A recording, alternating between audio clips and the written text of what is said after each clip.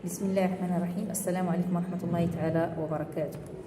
Notre séance d'aujourd'hui va être sur les cahiers de la licence CM2, 5e année primaire. Et la leçon c'est: la masse varie-t-elle lors d'un changement d'état ou d'un mélange?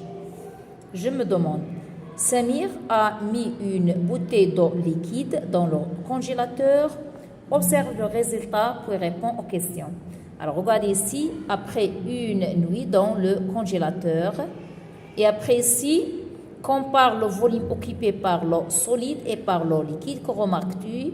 À ton avis, la masse de l'eau liquide est-elle la même que celle de l'eau solide? Voilà ici, vous avez la masse totale est égale à la masse de l'eau plus celle du verre. Tu dois ajouter la masse du sel dessous. Bien, la masse se conserve-t-elle lors d'un changement d'état? La masse d'un mélange est-elle égale à la somme de ses composantes? Alors, tout ce qu'on va voir ici. Alors, voilà, réalise l'expérience suivante. On a ici rempli un verre, comme vous le voyez, d'eau et pose-le sur une balance. Note sa masse en grammes. Comme vous le remarquez ici, c'est 260 grammes. La balance indique 260 grammes.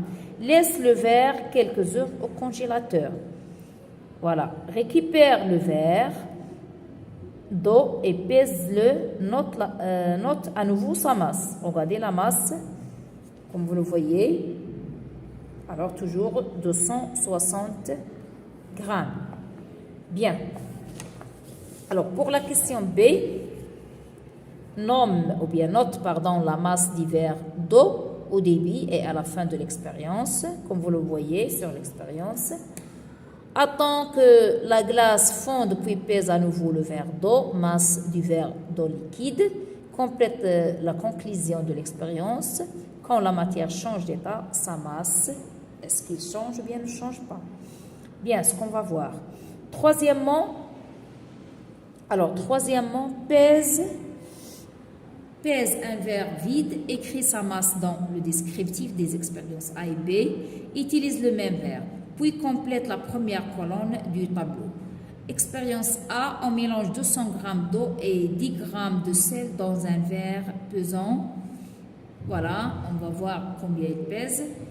Et encore, pour l'expérience B, on mélange 200 g d'eau et 10 g de sable dans un verre pesant. Alors, voilà.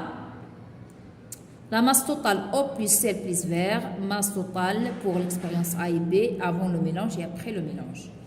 B réalise des expériences puis complète la seconde colonne du tableau et la conclusion. Quand on mélange un solide et de l'eau dans un récipient, la masse totale solide plus eau plus récipient avant le mélange et la masse totale après le mélange. Voilà, est-ce qu'il est la même ou bien n'est pas la même? Est-ce qu'il est égal ou bien différent si vous voulez? Alors, réalisez une expérience similaire, c'est-à-dire identique, en mélangeant maintenant deux liquides, 100 g de vinaigre et 100 g d'eau, et on va voir ce qu'on va constater. D'accord? Bien. Alors, passons à la réponse à ces questions. Alors, voilà. Ici, on a débit, comme on a vu sur la photo, 260, et à la fin, c'est toujours 260 grammes. Et lorsqu'on a encore pesé de nouveau, on a trouvé toujours 260 grammes. Bien. Complète la conclusion. Donc, qu'est-ce qu'on va dire? Quand la matière change d'état, c'est-à-dire de solide à liquide, sa masse reste la même. Et pour ici, avant le mélange, on a trouvé 360 et après on a trouvé 360. La même chose pour l'expérience B, 360 et 360. Supposons que le verre pèse 150 grammes. Bien.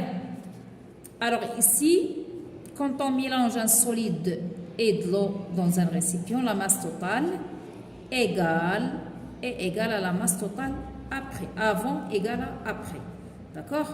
La masse totale avant le mélange est égale à la masse totale après le mélange. Et pour l'autre expérience, on peut dire que je constate que la masse totale avant le mélange est égale à la masse après le mélange des deux liquides.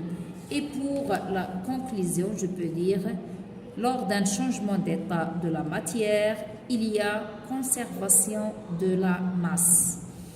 Lorsqu'on réalise un mélange, la masse totale du mélange est égale à la somme des masses des composants de ce mélange. Voilà pour les pages 32 et 33.